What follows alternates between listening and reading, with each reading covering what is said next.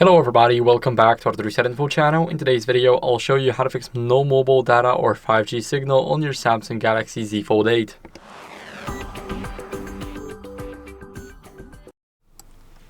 So first, we want to check the SIM manager to confirm the right line is set for data. Then we want to switch the network mode between a lot of them.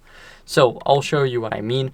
First, we're going to go over and open up connections. In the settings, we're going to go to SIM manager, and here we want to make sure that our SIM card is first enabled, that everything is good. And as you guys can see, now let me quickly leave here. Make sure that mobile data is from SIM 1 and not off, because as you guys can see, now it disappeared. We want to make sure that we select from our SIM card. Now what we can do here is we got some settings, right? But we are interested in switching the mobile data. So we're going to leave the SIM manager, we're going to go to mobile networks, and here you have network mode.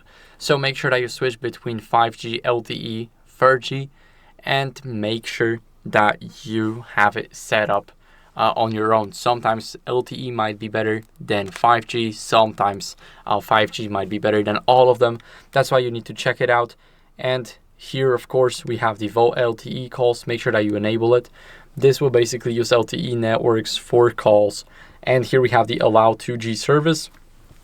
So when you are in an area where even 3G is not accessible, then you can use 2G. Of course, it's slow, but it's for emergencies. So now we're going to go to the access point names at the bottom. We want to click on a gear icon on our internet. And once we click on a gear icon, we want to go over and click trash icon. Now it's gone. And you may be wondering, how are we going to get our internet back? We're going to click on three dots and click reset to default. Click reset, and now it will go straight back to default. After that, we're going to go over and enable the airplane mode. Once we enable it, we should see the flight icon being white and black. And here we see the plane icon too. We're going to go over and disable it.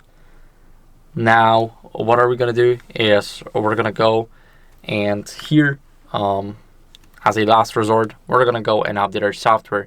So we're going to go and scroll down to software update. Now we're going to click check for updates. And here, we want to see that we are on the latest version.